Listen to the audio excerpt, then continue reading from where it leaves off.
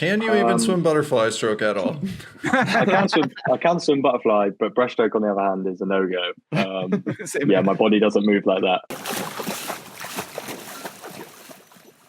Welcome to Social Kick. I'm Brian Lundquist. We got the full crew. He's Dr. John Mullen, Luke Paddington, and joining us from across the pond, backstroke extraordinaire. The winner of, as the Brits say, the treble at the recent British Championships. He's the British record holder and put the world on notice with his 52 low 100 backstroke. We're excited about what's to come. Ollie Morgan, how are you, man? Thanks for coming on. Yeah, good, thanks. Thanks for having me on. Excited to have a chat. Yeah, likewise. Well, to start it off, we always ask our audience at Social Kick Swim on Instagram or on YouTube for some questions for our guests. And my friend, we got a lot for you. So we're gonna start in no particular order. And first, this one's from Victoria Loudly wants to know, what's your favorite biscuit? Ooh, my favorite biscuit. I'm quite a sucker for a chocolate hobnob. I don't know if you know what one of those is. I don't, and I would love for you to describe it. It's like an oat. It's like an oat kind of biscuit with it's just like half coated in chocolate. So one of those dunked in coffee or tea is pretty good. Sounds pretty good to me. As a fan of cookies, for those who speak American English, I would want to try one of those. Definitely. But the problem for me is that I can't have just one. So cookies and biscuits, they can't be around, or else they'll disappear very quickly. Yeah. And my family home, it would be, limited to 2. But when I'm here at uni, I try not to eat a whole pack. That's how you get shredded, folks. That's how you become elite in backstroke. All right, this one's from Rich 5 Smith. Wants to know if you could have the world record in either the 50, the 100, or the 200 back. Which one would you pick? I'd go for the 100. Yeah, I think that's my main focus. The other 2 have just kind of, just come along with it with the training we've been doing. So I think the 100 for me is where my head's at. We had quite a big bit of fun with the 200 at trials. Tried something new, went ballsy with it. And it hurt a lot, but no, it was good fun. But I'm enjoying the 100 the most, I would say.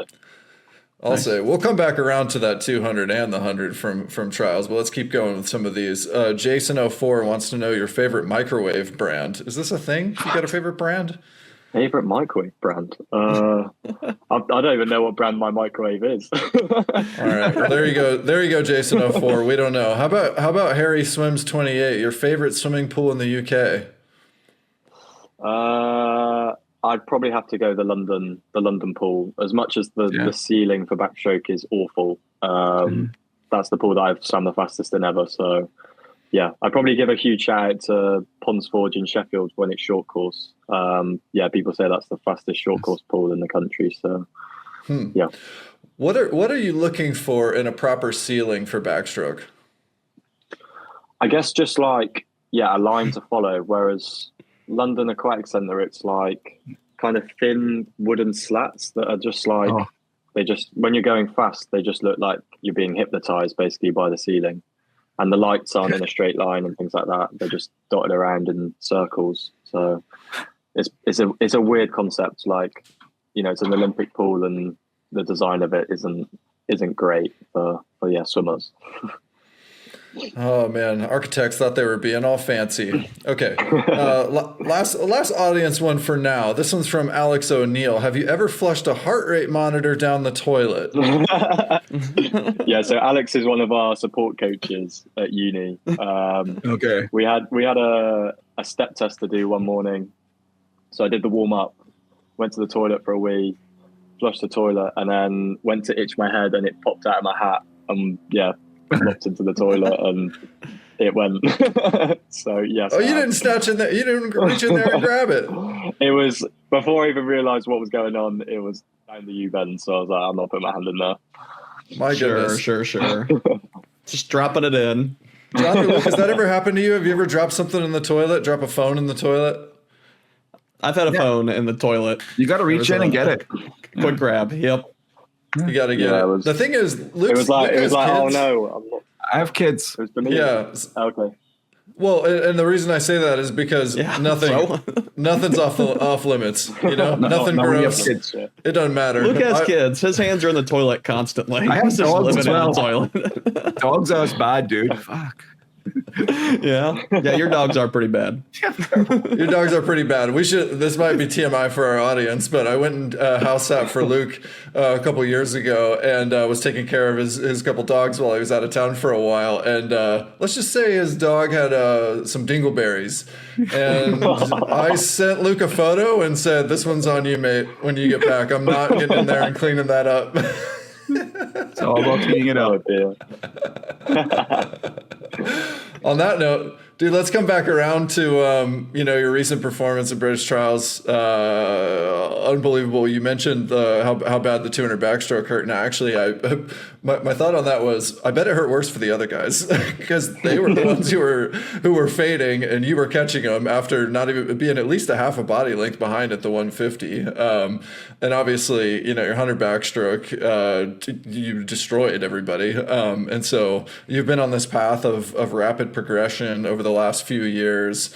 We can get back into your origin in swimming, but man, what are your thoughts coming off of like the trials and where that aligned with your expectations coming into that meet? Yeah, I think for me, obviously training in season competitions were going really well. I'd been 52 points within season swims. Wow. Bucks, I was only 0.01 off my PB at that time. Wow. And yeah, that was my first race of the year. So, first long course race anyway. So, we knew there was going to be something good in there going into trials if we, got taper right, got the prep right. So yeah, confidence was high. But then again, you don't know as well what other people are going to go. I've dropped time going into meets like this, so you can never not expect it from someone else. But again, we just try and focus on ourselves. And yeah, focus on the prep that we've done. And yeah, just enjoy it almost. Enjoy that journey. And yeah, it's been wicked, to be honest. Being that fast in season, training hard. And yeah, just each week in training's just been like more phenomenal than the last. Doing things that, we wouldn't expect, or in the past we'd look at it and go, there's, no way that I'd be doing something like that. So yeah, it's just been kind of a roller coaster of, constant ups. And yeah, it's just been really, really good. Yeah, the 52-1, just an overall great swim. You went out faster, came home under 27, so back faster there. So was there anything technical that changed? Because, a lot of times when people drop, it's like, oh, I really had a better second half, or I've really been focusing more on back half in training. But for you, it just seems like the whole race came together a little bit better. So what do you think led to that? Yeah, I think the first thing was obviously my skills. We've done a lot of work on kind of my underwaters, my starts, and just that overall power of things. Based on past swims, or especially on the world scene, the world guys, their skills parts are, unbelievable. Whereas like my swim speed's always been really, really top. So it's just been trying to balance that and bringing in those skills without, again, losing that swim speed. So I think overall in that 52-1, I PB'd my turn by I think 0.4 or something like that. So yeah, it's a big drop. And it's definitely a confidence boost knowing that what we're doing in training is working for, when we taper and race.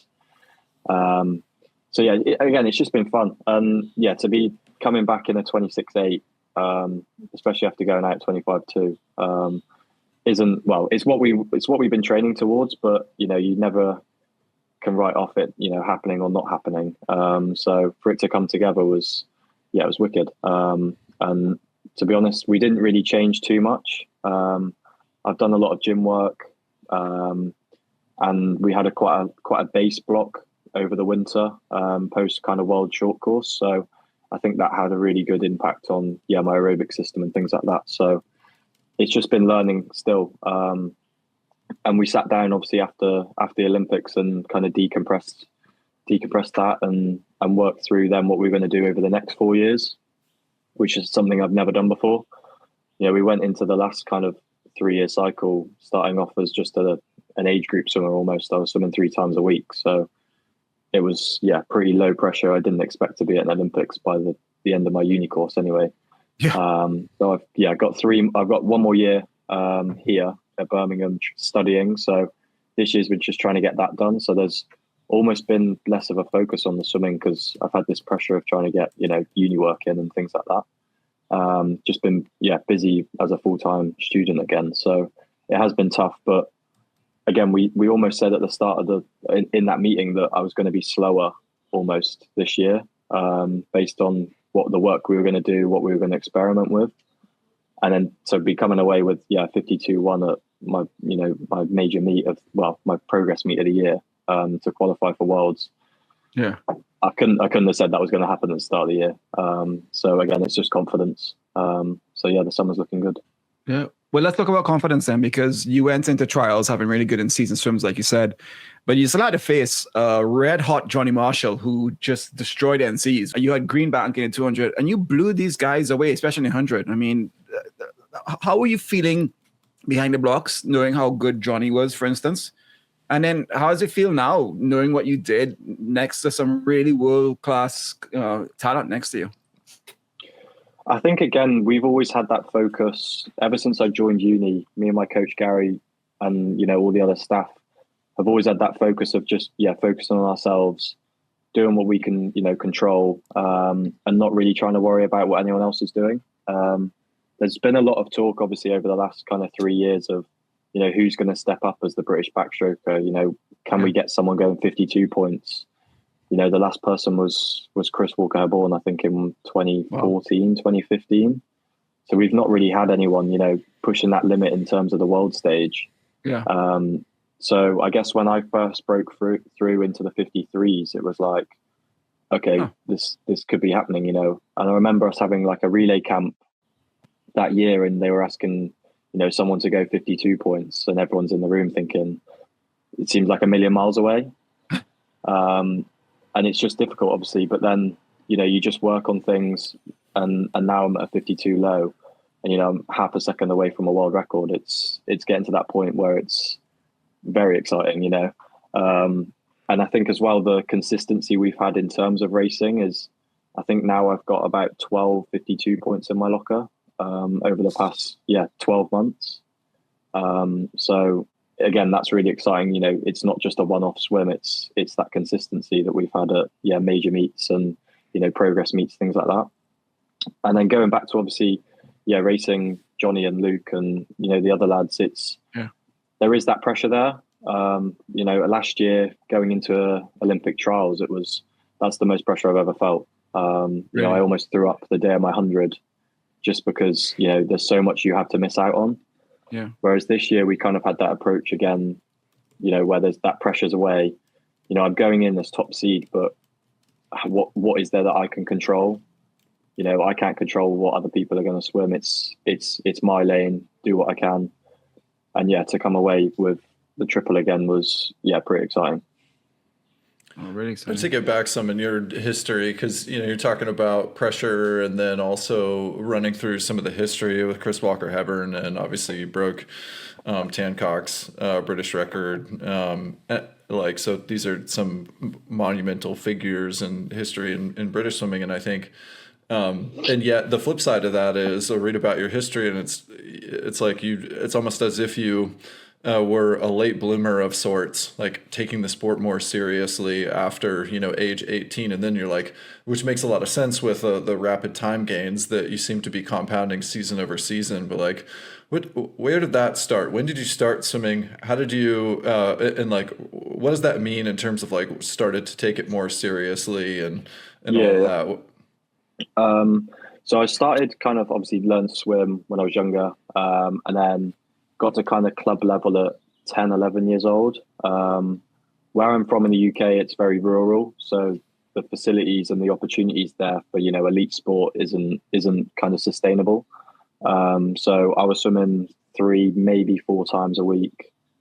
I couldn't tell you how many meters I was doing because maybe 10K a week. It was nothing major. Nice. Spring Revolution back in the day. There you go. Luke Revolution right there. My revolution. So yeah, it was more, I was just doing what I was enjoying. So I played a lot of other sports. I played football, did a lot of cycling. So I guess I kind of got that fitness from elsewhere. And then it was kind of when it got to about 16, I made my first nationals. So summer nationals, which is like an age group nationals. And obviously enjoyed that. And then COVID hit. So then it was like, I've got no access to a pool.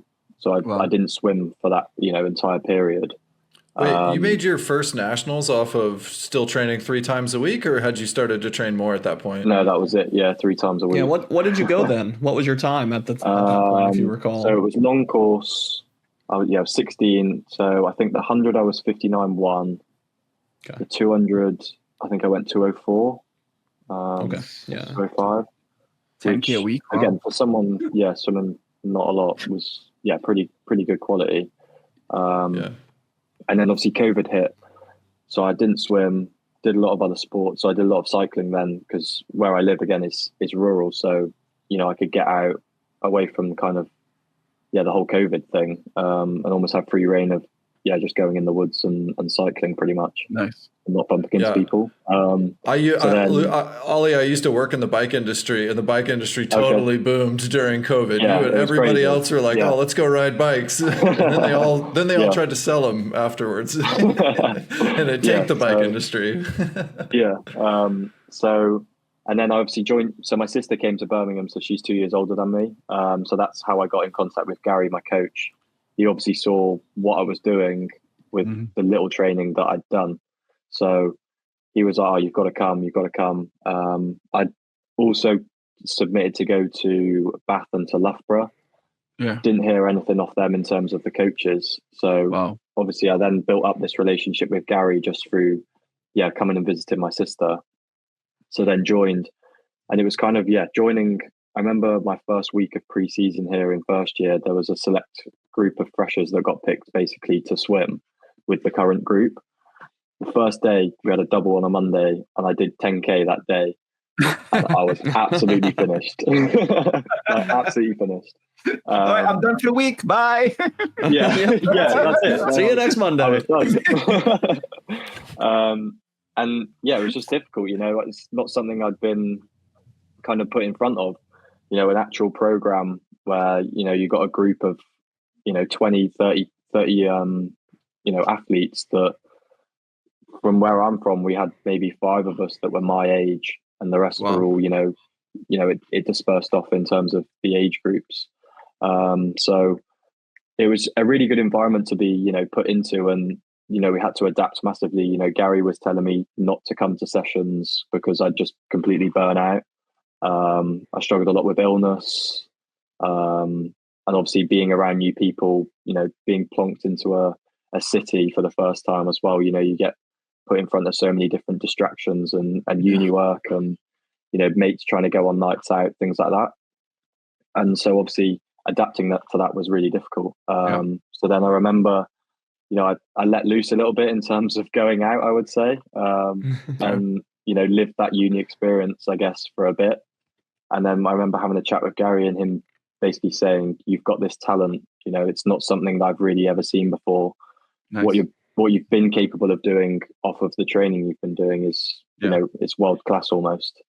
So then we kind of, knuckled down, I quit drinking, properly focused in on, what we were going to do.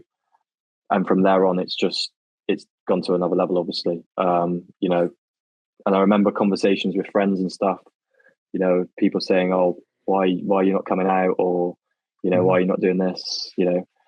But then to look back now and see those decisions that I made and the journey that I've been on, I wouldn't change it for the world.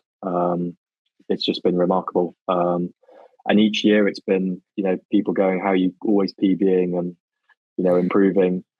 And again, it's been, I think the Olympics was the first major meet. Well, the first meet I'd been to that I didn't PB. So obviously that's frustrating, but with shallow the pool and things like that, and shallow pool. Exactly. We'll blame it on the shallow pool. It's the French. Yeah, it's obviously just different. So it's just been, it's been insane. And I think, we then obviously changed my training. I was able to adapt to it. And now it's kind of, we're learning more and more, what works for me. And getting to that point now where, things are set in stone, my taper's there. We know exactly what we're doing, how I should be feeling, going into race days. So again, it's just ironing out those little things that we can improve on. I'm definitely not the finished athlete that I want to be. There's still a long way to go. So that's what's really exciting, is how we're still dropping this time. And, you're getting to, my 100, I think, was 970 FINA points. You're getting to that point where the world record's half a second away and I've just dropped 0.6. It's how much further can it go? And we're just not putting a limit on things. And just, staying excited, enjoying it. And I love the environment that I'm in. And just almost being away from that loud noise of, world swimming, and just getting on with it myself, and just challenging each day as it comes, and just enjoying it, I guess. Yeah, and this brings up or ties in really well with an audience question we had, and it's something I think a lot of people are curious about, especially parents. And this is from Lena Treppo, and she was curious, how does talent tie in with just being fast, or how big a part does talent play in being an elite athlete? I mean, you, like you said, you weren't training a ton, but you were still talented enough to make nationals, as an age grouper there. And now 3 years of, we'll call, serious training, and you're got the British record in the 100 back. And like you said, now the world record, it's like, hey, maybe I'm not that far off if things keep on this tread line. So when people ask you that, how much does talent play into it? How do you answer that question? I think it's obviously a starting point. You have to have some sort of talent to be able to, I guess, recognize what you're good at. But I think for me, obviously I had that talent, but there was no way I'd make it to where I am without the hard work that I've put in. And it's, how you tie in, not just the hard work, but what it is you're doing is right for you. If you put me into a distance program and said swim an 800, there'd be no chance. Or it'd take me certainly a while. So it's just, finding what works for you. We adapted so much over the past 4 years, 3.5 years of work, for what works for me, what doesn't work. And I feel like we're getting to that point now where we're getting, the progress is there. And it's not really stopping, which again is the exciting part. So obviously talent, will get you so far, but it's how you then pair it with the right work and the hard work that really counts. Your swim cloud diagram is remarkable. It's only freestyle and backstroke. There's zero data of anything else. So are you could you break the world record in butterfly in 5 years? Where's your freestyle gonna go? What's going on with the other events? Why did you choose backstroke and you just flirted in freestyle? What's the deal there? Can you even swim butterfly stroke at all? I can swim butterfly, but breaststroke on the other hand is a no-go. My body doesn't move like that. Fly. I've done a bit of fly here and there. I used to swim fly when I was really young. And then, I don't know, backstroke just, I guess, took over. And then I didn't really swim it at any meets because we just focused in on it, and that was what I enjoyed doing. Whereas this year I've done quite a lot of freestyle. Done some races here and there, so short course was pretty good considering my turns weren't amazing.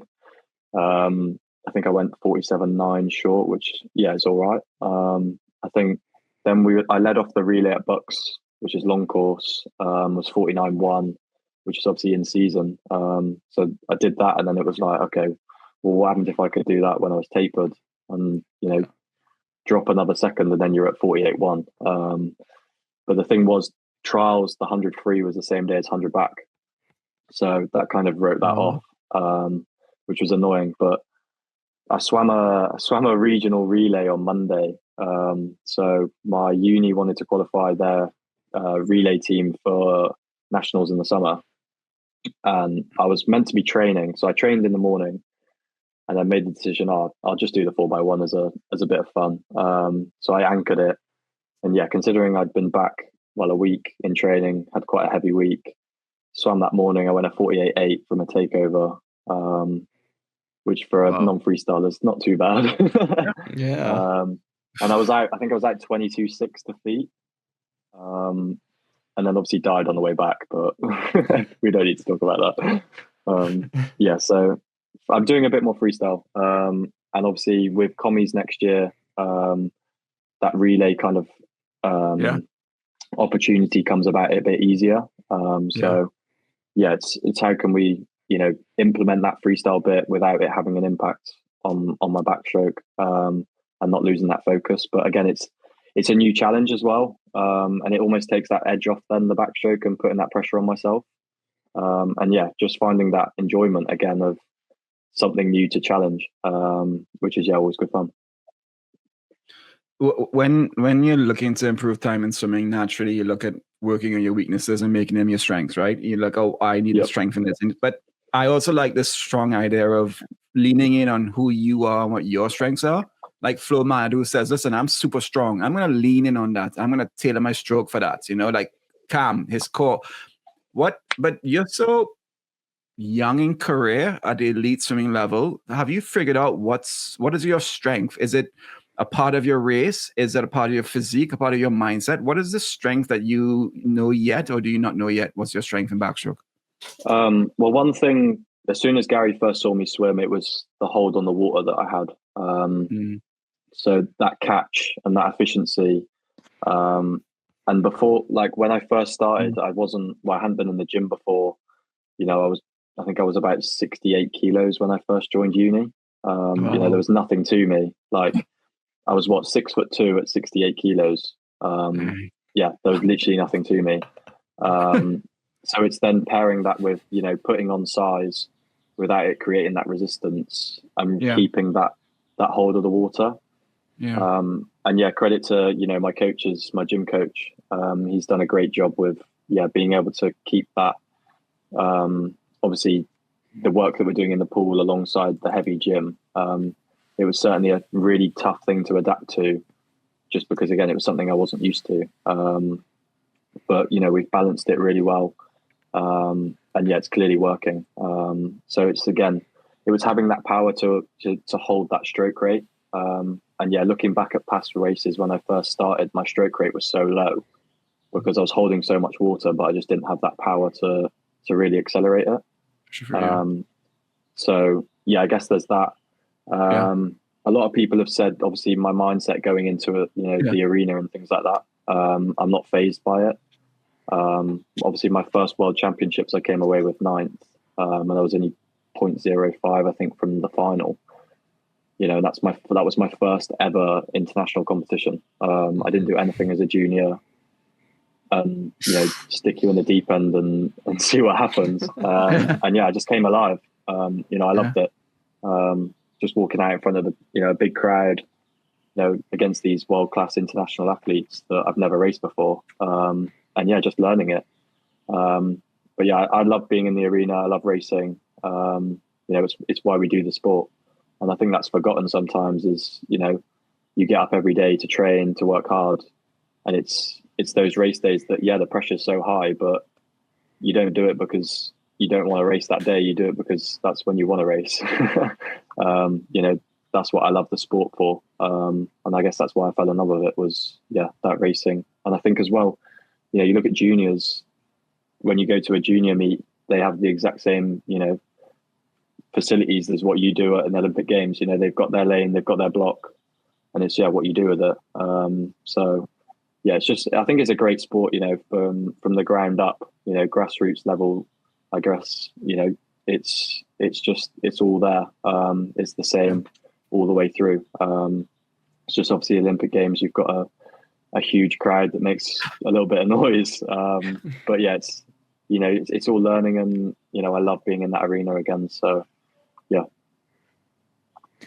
you mentioned a couple times the gym being kind of a newer addition that has been helping you out. And you mentioned, going heavy in the gym. So could you touch a little bit more on what your gym routine looks like? And then we did have an audience question from Jensen N3 wanting to know your favorite or the best lift or movement to help in the gym with swimming. Yeah. Okay. Yeah. So first started out at uni and I'd never been in the gym before. So it was honestly breaking me. I was waking up. I'd had obviously a bad back when I was younger from cycling and things, so that was obviously not very good in terms of gym because I was literally so fragile. So then obviously strengthen those areas up, and now gym's becoming a real strength of mine. Again, we're doing lifts now where my gym coach is going, okay, that's pretty strong. And just working on things. So we've done a lot of obviously squats, cleans, bench. I'd say my best lift is my chins. That's something that I really like doing. And I'm pretty strong at it. How many? So, well, we've been doing, at the moment, we're doing 3 sets of 5. I think yesterday I was doing 45 kilos for 5. Okay. So, it's pretty good. 45 kilos is very, very 45 good. kilos is pretty good. Yeah.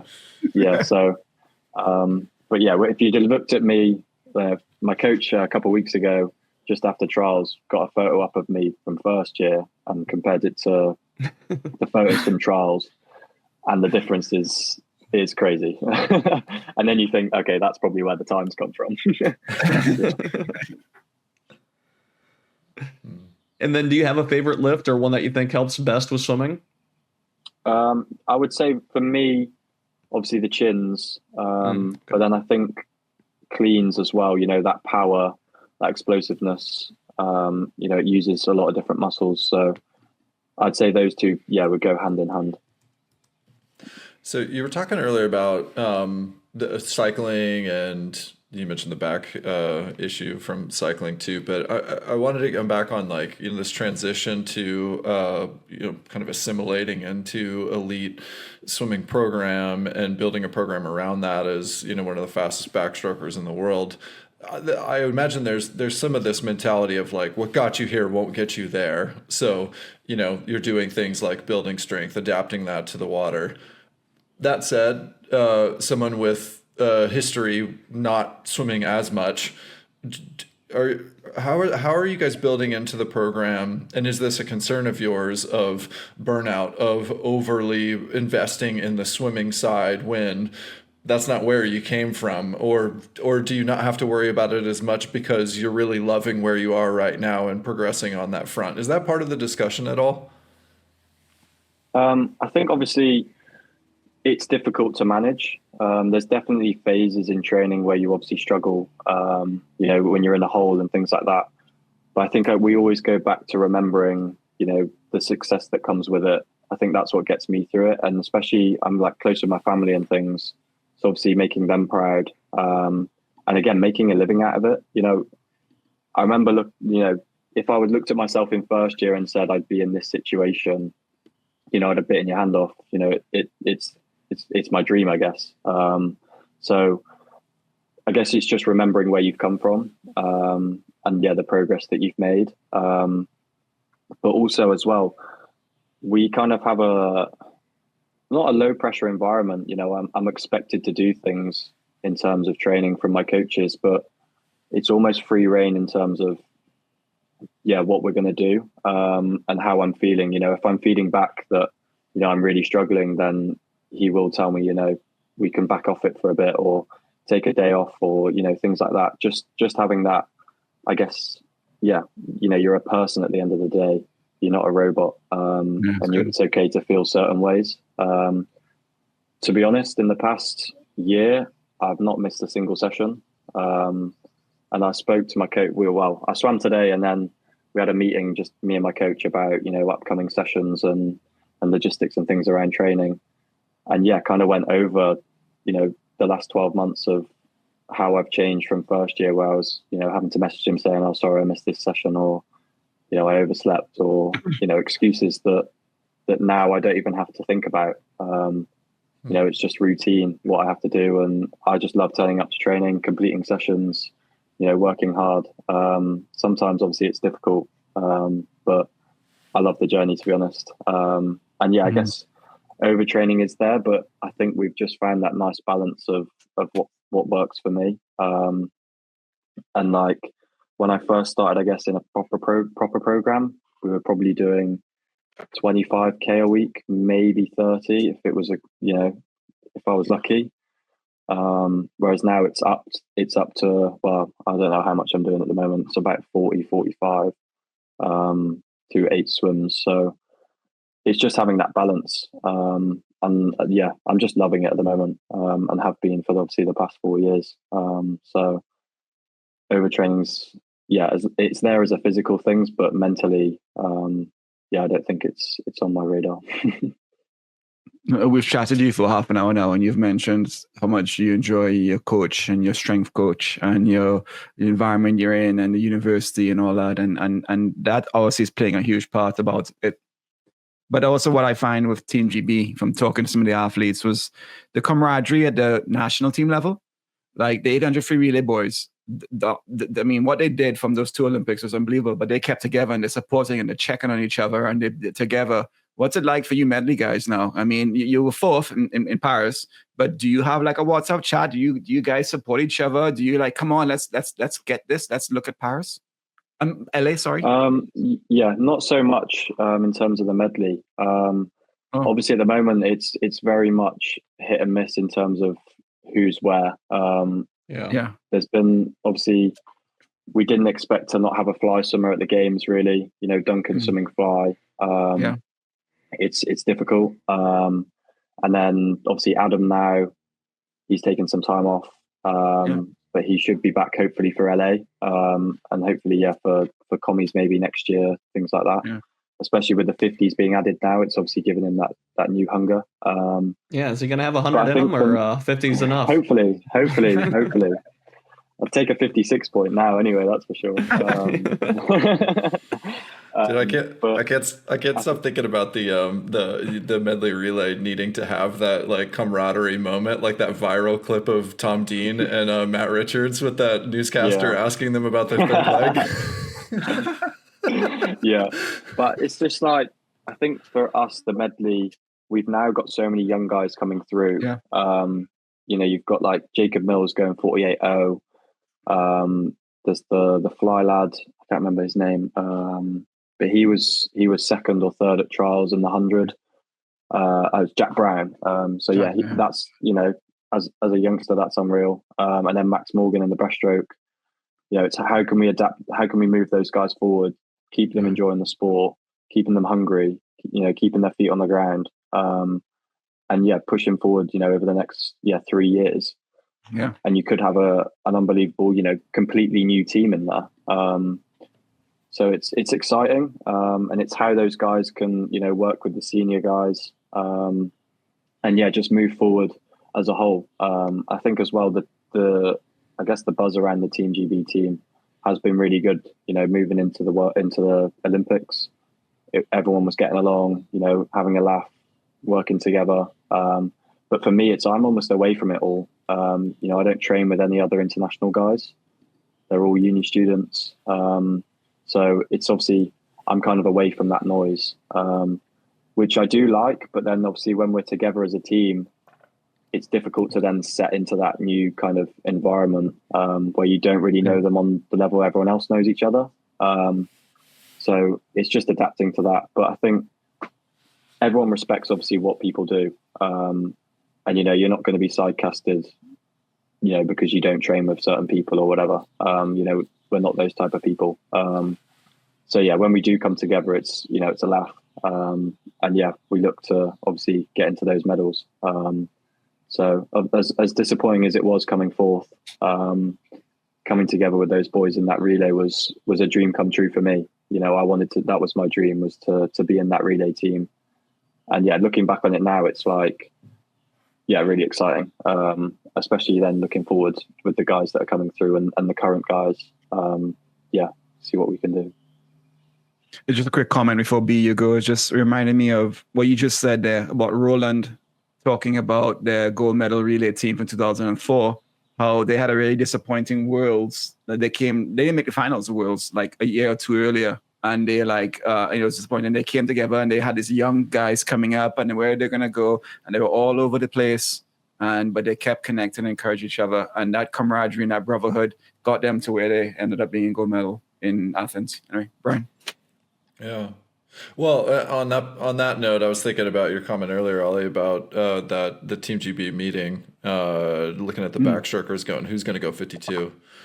You know, and I don't know, like the scenario that I'm imagining when you're saying that is a bunch of dudes sitting in the room going, I don't know, are you going to do it? I can't really. I don't have 52 right now. What about you? Anybody? No? Bueller?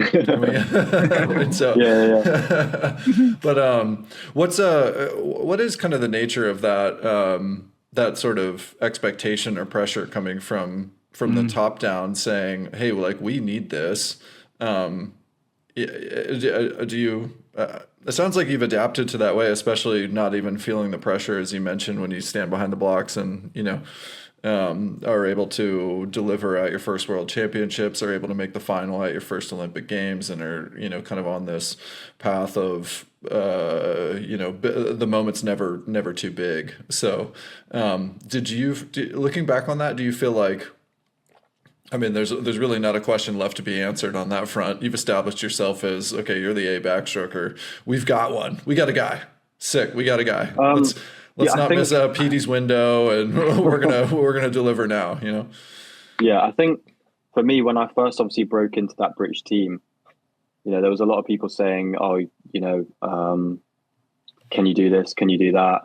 And kind of not being stemmed away from my current program. But for me, British Swimming, or Coax GB as it is now, they've been amazing with letting me stay in my current kind of training program, and just tapping into their resources when I need it, and that's what's kind of given me that edge.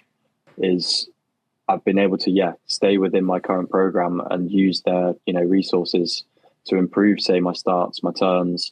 What should we be doing? What shouldn't we be doing? And again, those kind of training camps, things like that I just wouldn't get access to normally. And again, training them with, top athletes. Like I remember turning up to Loughborough to train for the first time as like a one-off session with Luke. And it was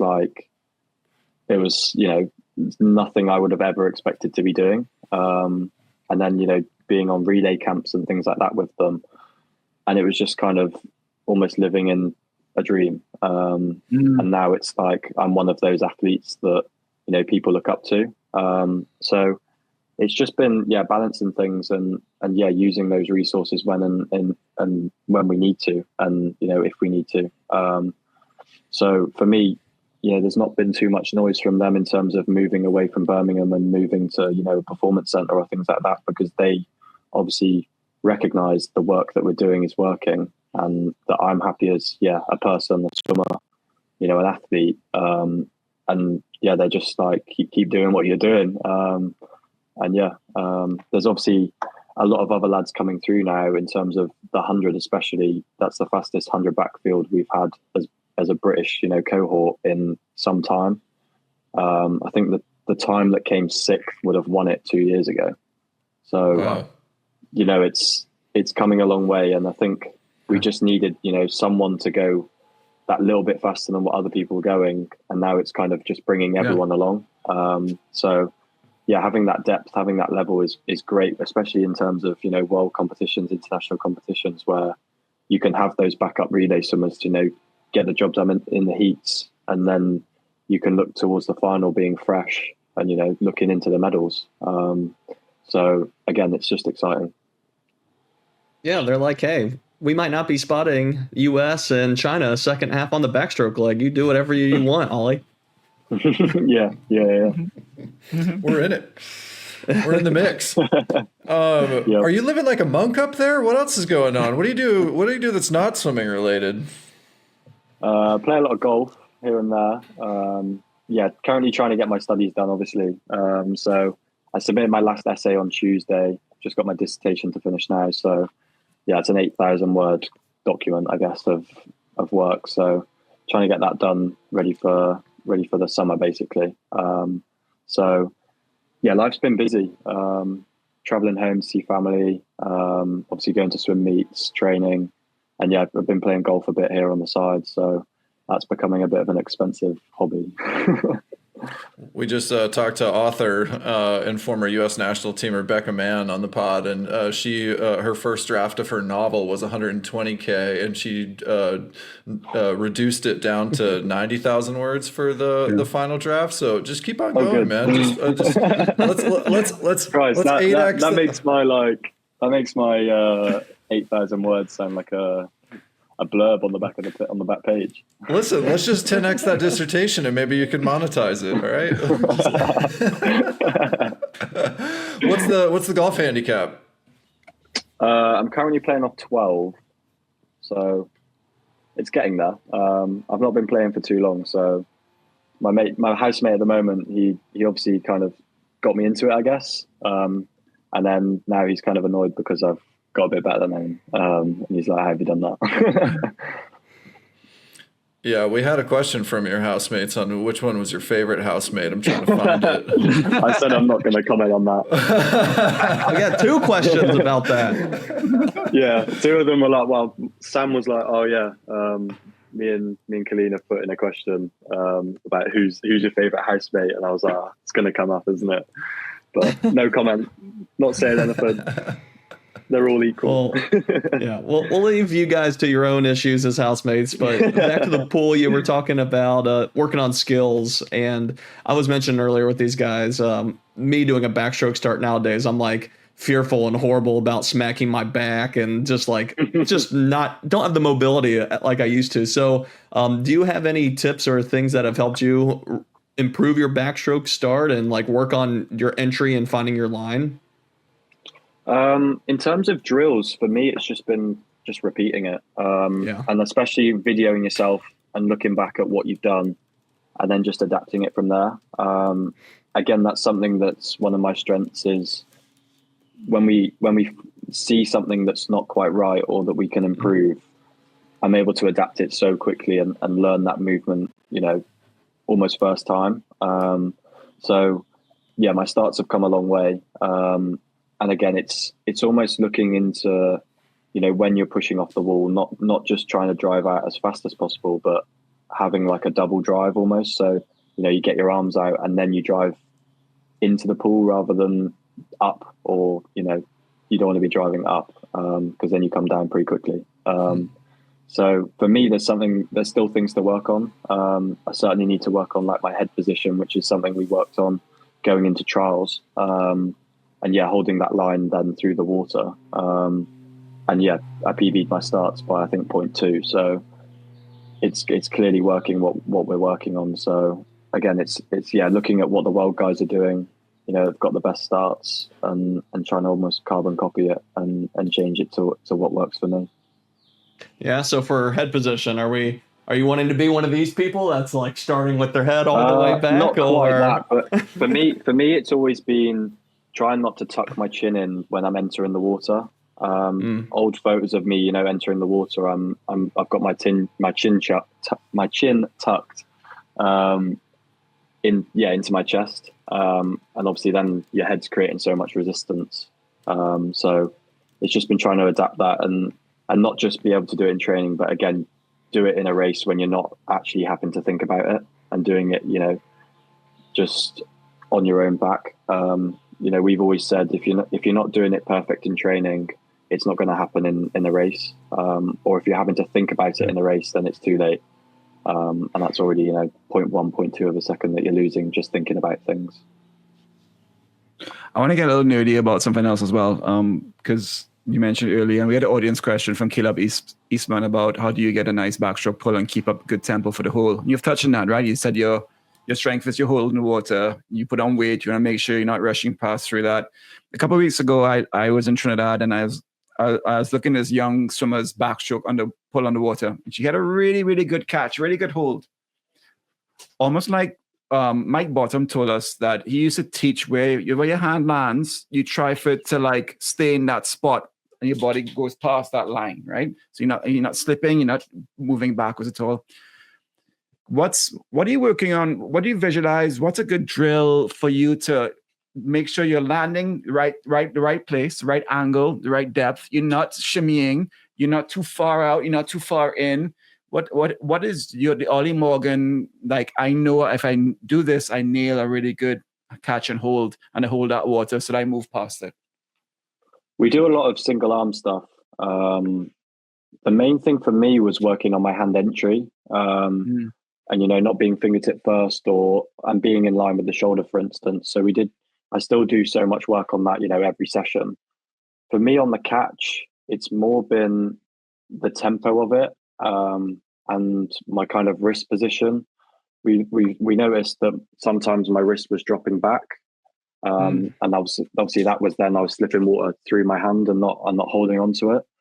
So in terms of drills for that, I wouldn't say I do too much. I just do a lot of single arm stuff and just focusing on that pressure and maintaining that pressure through the catch.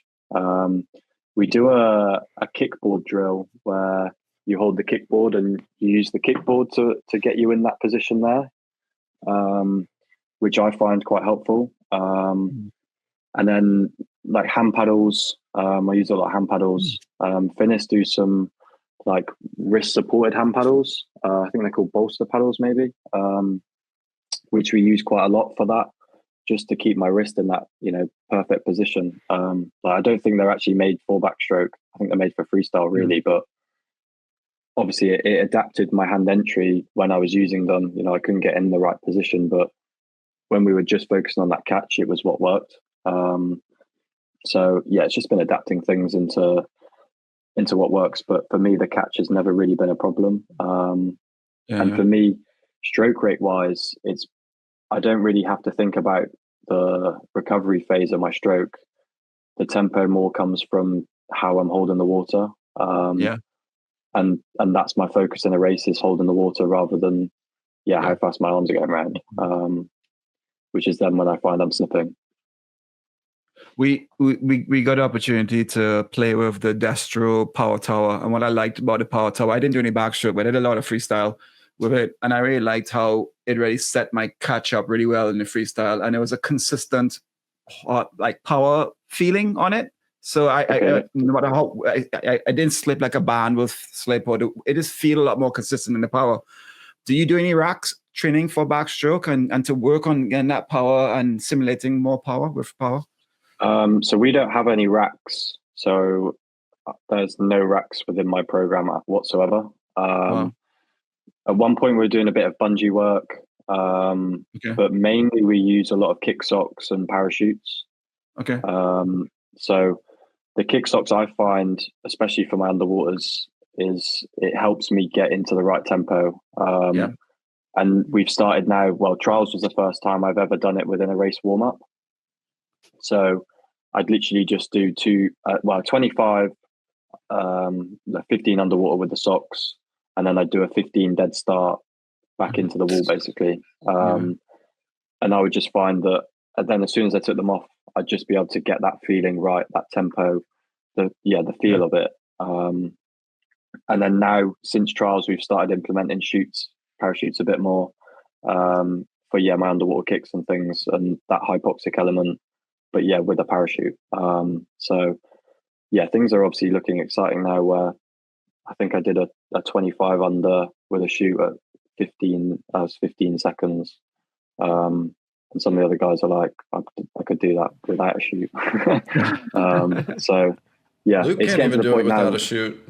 No. So it's just getting to that point now where my kick is almost becoming my strength. So it's just exciting.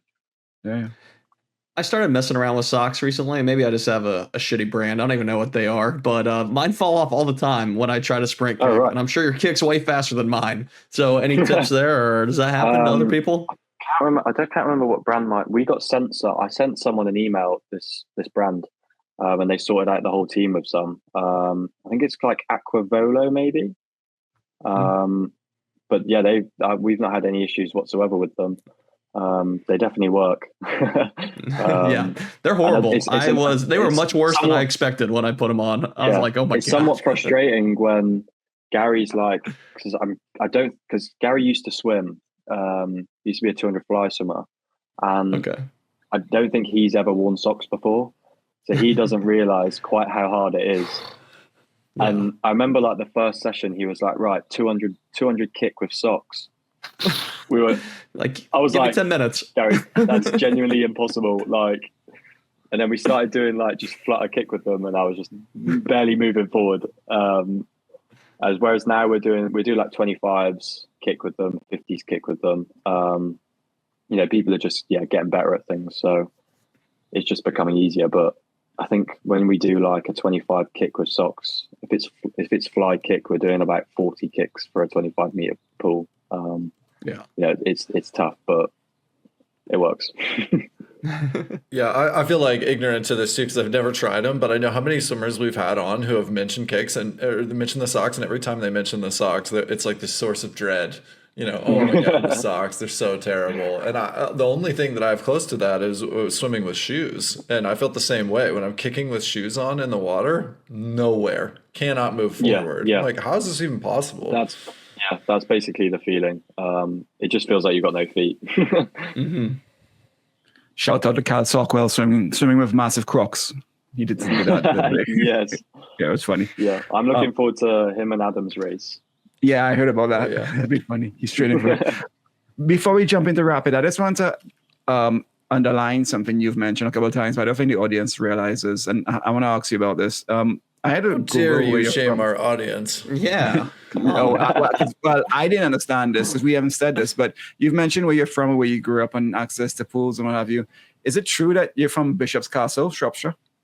Yes. Right. Yeah. If you look at a map of this is a very, very small town. It's right on the border of Wales. So you speak Welsh, I'm assuming, some Welsh in there. No.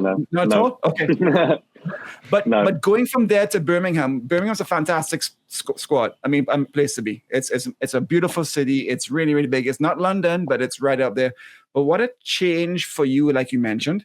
How are you keeping grounded in your personal life? How often are you seeing your family? Are you going back home at all? How do you make sure that you keep your feet on the ground, coming from where you are, which is your strength, you know?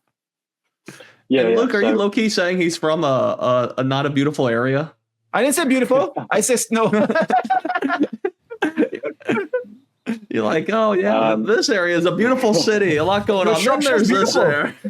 I've been there. My cousin used to be Man, come on, Luke. You escaped. Yeah, exactly. We got the dumb audience, so we got Oliver got from God knows where.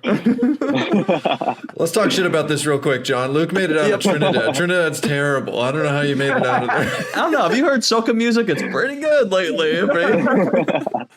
Get back to Bishop's Castle and Castle Hotel and Coldbatch. I want to know about those places and how you kept you grounded where you walk the streets and you sing Birmingham and you sing Aston Villa flags everywhere. And like, I wouldn't keep myself there. Yeah. Yeah. For me, I've had a really good balance with, living in Birmingham and also, my family and friends back at home. For me, it's always just been, family for me has always come first. And that relationship that I've had with them, them coming to swim meets, traveling the world now with me, it's been super special. And sharing that experience. Like for instance, my dad gets a poolside pass at trials. So he's technically one of the coaches. He's like my chaperone almost.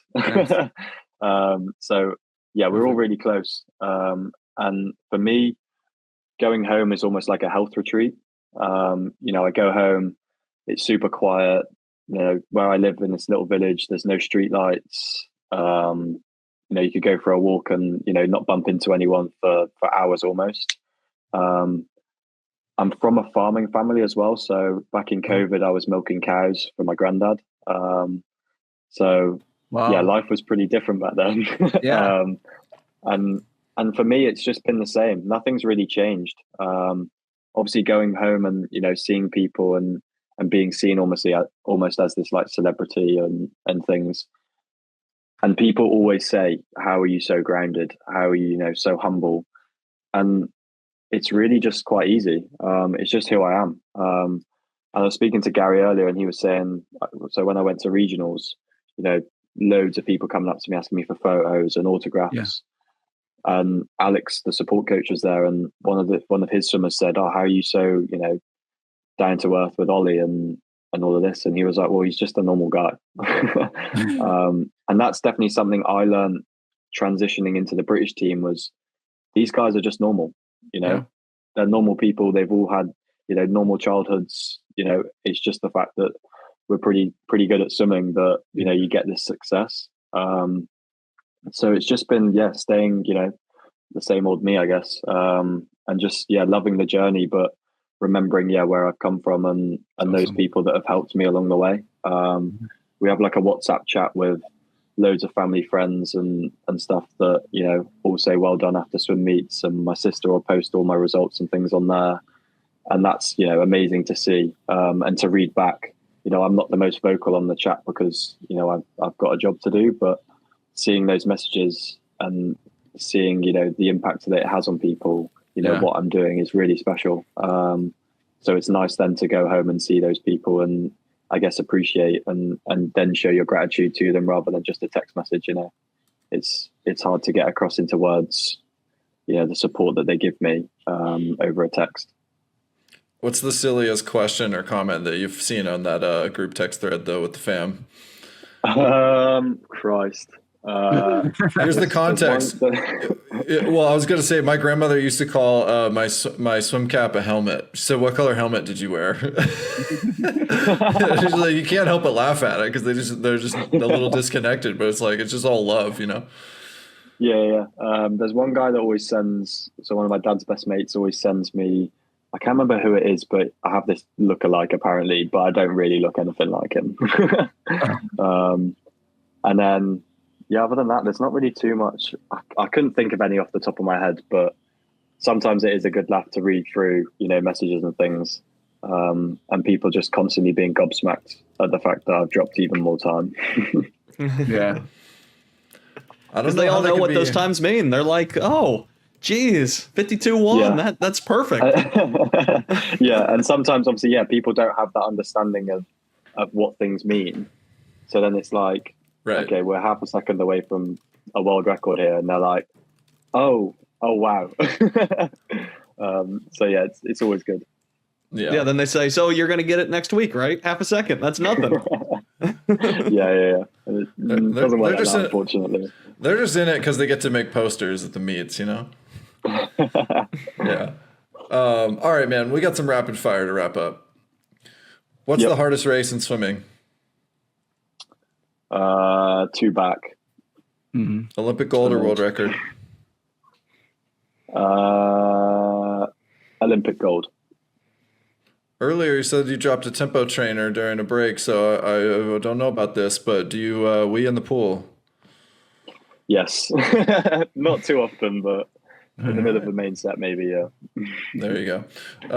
This one's from an audience member, Tristan K, 6200. Would you rather do a 200 breast or a 1500 free? A 1500 free. Wow. Yeah, I can't swim breaststroke, honestly. That's a Zal and Sharkon answer right there. All right. Who famously told us he'd rather do a 10K open water than a 200 fly? Was that it, Luke? Yeah, he was. Yeah. 200 fly. Yeah. 200 fly, you have to. Yeah. All right. What's the most annoying thing a teammate can do?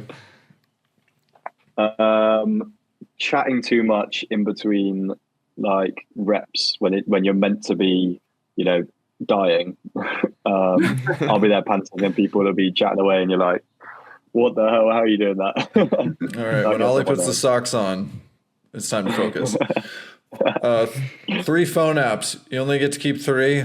You have to delete the rest of them. Which 3 are you keeping? Spotify, WhatsApp, probably Instagram, and that's 3. As much as I hate using it, probably TikTok. That's 4. You don't get 4. Yeah, it takes too much of my. Oh, how many did you say? 3. You only get 3. Oh, 3. I'll take those 3 then. Yeah. Sorry, TikTok's out of there. Yeah. I'm done with TikTok. That frees up my day. All right. Speaking of Spotify, who's your top artist on Spotify? Or top listener? I think it was Dave. Have you heard of Dave?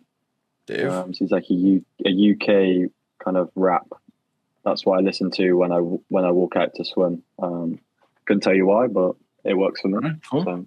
There you go. I'll check it out. Dave. One word, Dave. All right, let's talk about Pearsall's 151 that people seem to not want to get close to too much. How much longer is that one going to stand? I mean, it's a pretty extraordinary, world record, and especially when you look at those top 10 times overall. I think the top 3 or 4 are from that race. Mm-hmm. I think obviously we've had a lot of 153 guys. I don't think there's been a 152 since the Supersuit era, if I'm not wrong. So it's going to be difficult. For me, I was ahead of world record to 100 at British Trials, so I'll take that. But then I think he backed it up with a 56 back 100 or something ridiculous. So again, it's a difficult one. And obviously the technology of that Supersuit is what helped as well. So I don't know. I don't know if it will ever get broken. Ever. Ooh. It'll get broken by someone. No, what do you think, B? At some point it will. I don't know. I think for sure it's coming in the next 10 years, but whether or not it comes in the next 5, I'm still not sure.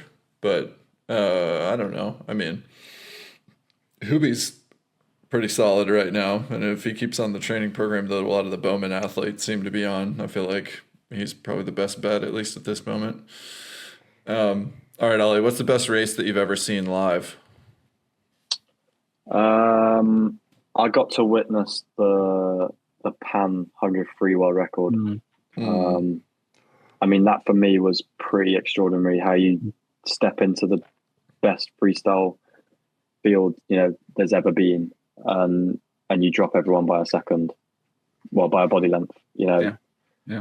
It's extraordinary. And when you look as well at the technique and how it doesn't fade whatsoever during the back 25, it's next level, isn't it? And especially how he came back on that 4x1 medley as well. When we came fourth and then went to the media zone, and I think Sharon Davis went, Pan split of 45.9. We were like, well, what were we meant to do? You just hold your hands up and go, okay, fair enough. That's what we're against. I'd probably say that race was pretty special. Yeah, there are those moments where you just, there's nothing you can do. You go, okay, I got it. Everyone else is swimming long course and he's swimming short course, I guess. Yeah. All right, what's the hardest set you've ever done? The hardest set I've ever done, probably, I had this chat with my housemates, so they all swim, about what our hardest sessions are. We did some pretty tough ones in Thailand last year. I remember us doing 60-50s as one on, one off.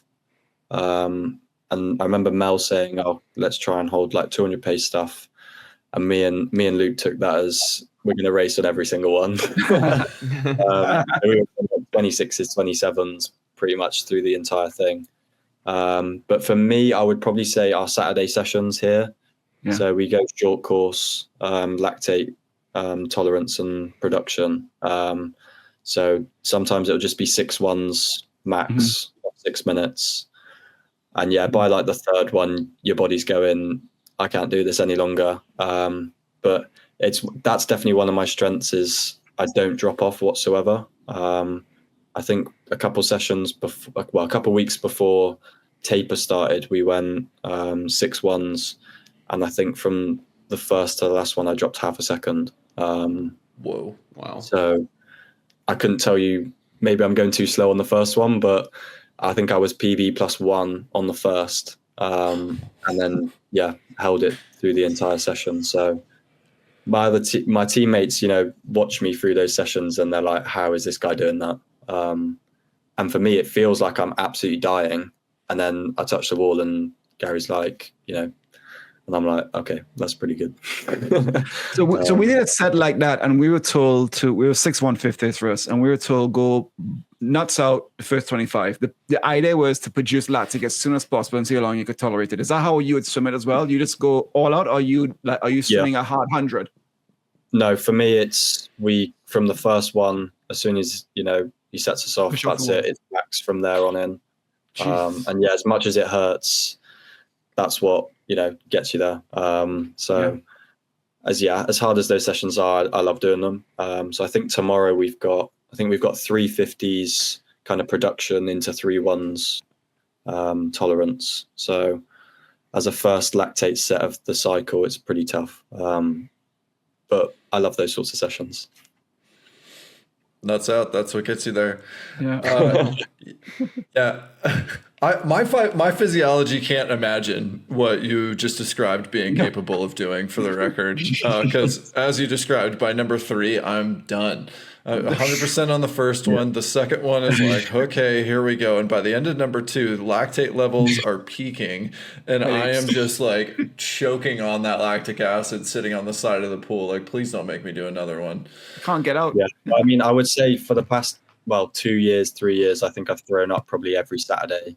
And I'll throw up after, say, the third one and then get back in and drop another, 0.2 slower than the first one, say. Or sometimes I'll have like the 5th one is faster than the first one. It's not possible. And I couldn't tell you how I do it, or, it just happens. Just grind it out. Well, that's now, yeah. If you can rally, all new saying, if you can rally. You can that's why you're one of the world's best backstrokers. Okay. all the rest of us normal people can just quit. All right, man. How much social kick are we doing in between all the catch drills and the power and the 45 kilogram pull-ups? You got to have some time in there for it somewhere. To be honest, we don't do a lot at all. I don't do any social kick during sessions until maybe we do 100 or 200 meters at the end. If we've got time left. So most of my kick is streamline on my back. So Gary doesn't really like us doing it. You're gonna have to put us in touch with Gary. We need a word. Yes. A word. Get us talking. Gary has offended not only the 3 of us but also our audience. Okay, and we take that as disrespect, so that's all right. We'll take it up with them. All right, well, you have to be careful. He's going to give him like a 200 social kick with socks, and that's not going to be fun. Yeah. Gassing out. Oh, uncool, man. So good to talk to you, Oliver. You're killing it. The trajectory is strong. We want to see. Forget 51, man. Go 50 point. How about 49? Let's we'll give it a go. These big jumps. We'll put a limit on things. Yeah. There you go. All right. Meanwhile, I'm going to go to the pool later and try to even push a 26, which isn't going to happen. I can tell you that. So, thanks for the humbling chat.